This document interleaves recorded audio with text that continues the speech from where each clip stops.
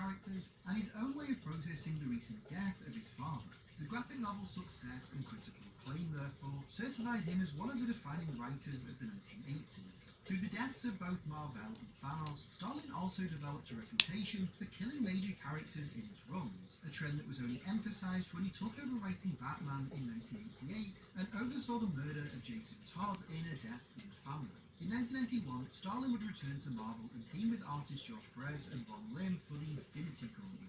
This crossover storyline reintroduced Thanos and told that Titan collect the Infinity Gems to eradicate half of the universe, before being stopped by the combined might of the Avengers, Adam Warlock, and other space-bound heroes from Starlin's earlier works. The Infinity Gauntlet served as the grand culmination of Starlin's time as the architect of Marvel Cosmic, and formed the basis of the live-action Infinity Saga several decades later. Despite Mar-Vell not appearing in these stories, they do build off the events of his untimely death, all while establishing the idea of blockbuster crossover events that would become a regular fixture in mainstream comics for years to come. But when considering the legacy of the death of Captain Marvel, how the book tackles themes of grief, loss, and the acceptance of death, and how it's influenced the comic medium in the decades since its release, I was recently invited onto the Crash Out Comics podcast for a deep dive conversation on this series and its long-term impact. It feels real because, like, when I was reading Death of Captain Marvel, for example, like, I didn't know exactly what was going on in the background, but I know, like, okay, one of the creative members on this team is experienced this or recently did. Because, like, everything that they're exploring is real. Like, this is, like, textbook, you know, like, I had a similar loss in my family with, like, you know, dealing with cancer, and it's like, that's where I felt that connection with Captain Marvel. Is like, damn, like, this is exactly how it is. It's not dramatic and flashy and action-packed. It's slow, it's somber, like you said. You can feel the grief in this story. You can feel like this isn't about Captain Marvel, it's about something more than that. And one of the moments that really stuck out to me was right after he finds out he has cancer, he just goes to the woman he loves, right?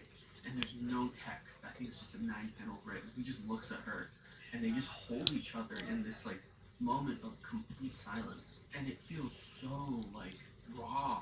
It's beautiful. It's just, I don't know how to explain it. It's not, I wouldn't, like, it can be a tearjerker. It's just walking you through what, you know, with the context that Owen added, what we can only assume that Starlin was going through. Even if you've never read a Captain Marvel comic before this, you immediately, like, sympathise and empathise with the character and you get what he's going through. It's also, like, a celebration of Captain Marvel. Like, I love the fact that this book is both a really serious study of grief and death using all-powerful superheroes, but it's also, like, a really heartfelt celebration of a character that never quite got his moment, if that makes sense. I think that adds to the kind of overarching sense of melancholy to it, the fact that this is a character that didn't get to have his defining adventure before he passed away. The old theme of Marvel was like the world outside your window, and some of my favorite moments in the story are those kind of real moments, like when Rick Jones yells at all of the Avengers, and he's like, "You guys are all geniuses with money and everything, like, you can figure it out," and Iron Man just tells him straight up,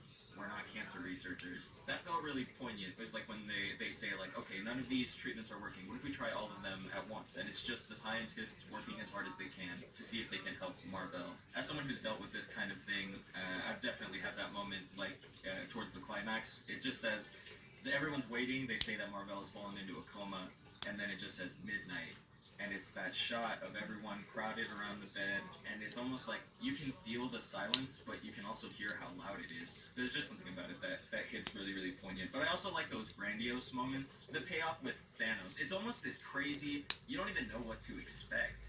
But it just, like, the panel show, it says, like, Thanos is walking through this hall, and suddenly the hall's not stone anymore, it's wood. Thanos has that denial that Mar-Vell should have. That shouldn't be something sad and somber, even though that's the core of this book, because there is something else that this book is too. He never had that defining moment, so Thanos gives it to him here, and I really like that, where he tells him to rise, and Mar-Vell feels ready to fight the day. One of the best things about this book, which is that Mar-Vell is still dead. It would have been very easy for a few years later for Marvel to just bring him back with a new #1 and it sells, and now the character's a success. But I'm so fascinated by the fact that this is, like, the one death in comics that stuck. I think that, like, it's no coincidence that Starlin would later write the death of Jason Todd. But yeah, Jason can stay there. You know, loads of writers that do great stuff with Jason can come back, but instead, Marvel